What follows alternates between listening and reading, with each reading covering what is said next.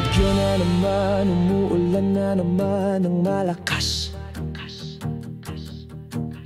Nangangamba na naman, pangamba sa bahang malakas.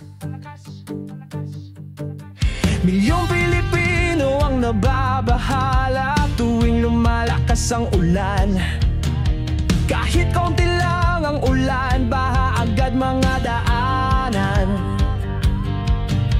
Gamitin ninyo inyong mga mata, tingnan nyo kalagayan nila.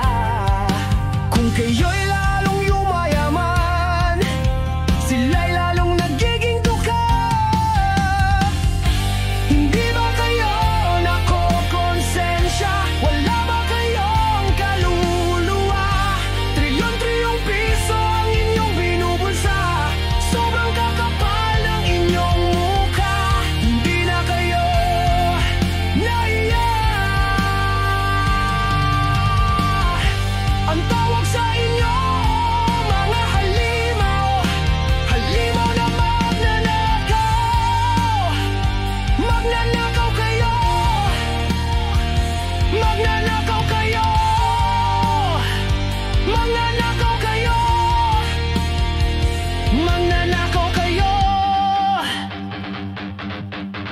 Umuulan na naman at may bagyo, naghahanda lahat ng Pilipino. Paparating na mga delubyo, bagyo, bahang mga delubyo. Maraming pamilya nangangamba sa kaligtasan at pagkain nila maging gamit at ari-arian. Pwedeng mawala ng mabilisan, taon-taon nilang problema ang bahang nakapipinsala. Bakit nga ba o bakit nga? Problema sa baha ay lumalala. May pondo naman palang nakalaan, inilaan ng pamahalaan. Hindi bilyon kundi trilyon ang kanilang inilalaan. Hindi na nga nakapagtataka, modus inyo'y bistado na harapang ninanakawan ang kawawang mamamayan. Ang kapal naman ng inyong mukha, hindi na kayo nahiya. San ba galing ninanakaw nyo? Di sa takso, buwis ng Pilipino. Napagod na ring magtrabaho para lang ipang kasino nyo. Kung hindi ba naman tarantado, sira ba mga ulo nyo? Di na naawa sa kakabayan yung hirap ng magtrabaho. Ang tawag sa inyo'y tarantado, tarantado at sira ulo. Halimaw,